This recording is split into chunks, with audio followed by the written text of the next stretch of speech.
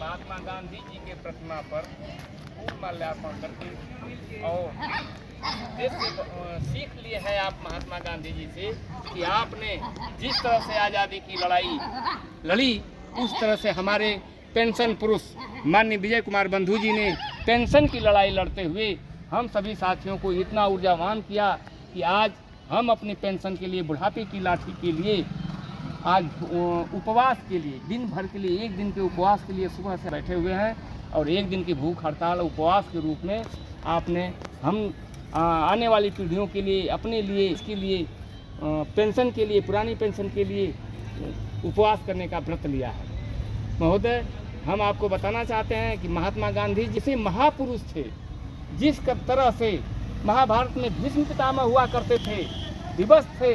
उस तरह से महात्मा गांधी भी अपने देश को बचाने के लिए लड़ते लड़ते शहीद भी हुए और विवशता भी उनकी थी। इस विवशता उनको दो भागों में बांट दी। जिस तरह से भीष्म पितामह ने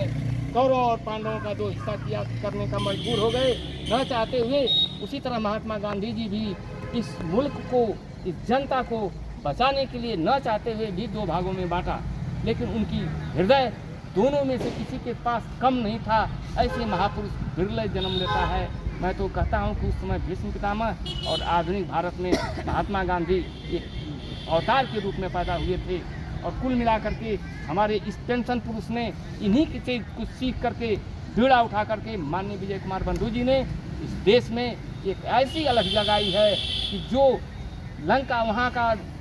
दिल्ली का रामलीला मैदान था, बड़े बड़े नेता कांपते हैं उसमें प्रोग्राम करने के लिए, भरने के लिए, और आपने वहाँ पर प्रोग्राम करके पूरे चूटी भर जाने के लिए जगह नहीं छोड़ा और हमारी मीडिया सरकार तंत्र ने उसको इस कदर कर दिया कि वहाँ पर उसकी कोई देश में उसकी वीडियो वायरल नहीं की गई और इस तरह से हमें कमज़ोर करने की कोशिश की गई। इस देश में केवल निजीकरण का ऐसा आलम छाया हुआ है कि हर चीज़ को, विभाग को बंद करके इस तरह से निजीकरण किया जा रहा है। मैं आपको बता देना चाहता हूँ कि जिस तरह से किसी देश पर तानाशाही करना हो, राज्य करना हो, सबसे पहले उस देश की संस्कृति और शिक्षा को ध्वस्त कर दीजिए, आप वो सब गुलाम हो जाएंगे। उसी तर्ज पर हमारी सरकार चल रही है। बड़े शर्म की बात है, बड़े दुख की बात है। इसने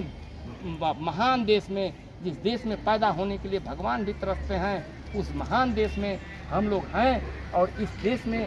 पुनः निजीकरण तानाशाही के रूप में सरकारें चल रही है कि इस कोई ज़रूरत नहीं है। आप लोग इस भ्रम में मत रहना कि यही सरकार ये कर सकती है। हर सरकारों से लड़ाई लड़ना पड़ेगा, चाहे जिसकी सरकार आएगी। पार्टियां अलग होती हैं, हम लोग सरकार के मुलाजिम हैं और सरकार की बातों पर हम अपनी लड़ाई जारी रखते हैं, अपनी मांग करते हैं, क्योंकि हमारे वही सब कुछ हैं, दाता हैं, सारा चीज़ हैं। हम अपनी आवाज़ उठा सकते हैं। यहाँ तक कि जब आवाज़ उठाने की, बंद करने की बात आती है, तब लोगों को ये लगने लगता है कि वाकई तानाशाह पनप रहा है, क्योंकि बहुत सारे लोग अपनी आवाज़ उठा नहीं पाते हैं। ऊपर से डंडा आने लगता है कि देश हित के लिए, देशभक्ति के लिए बेकार की बातें करते हुए हमारे तानाशाही सरकारों ने हमारे अच्छे लोगों पे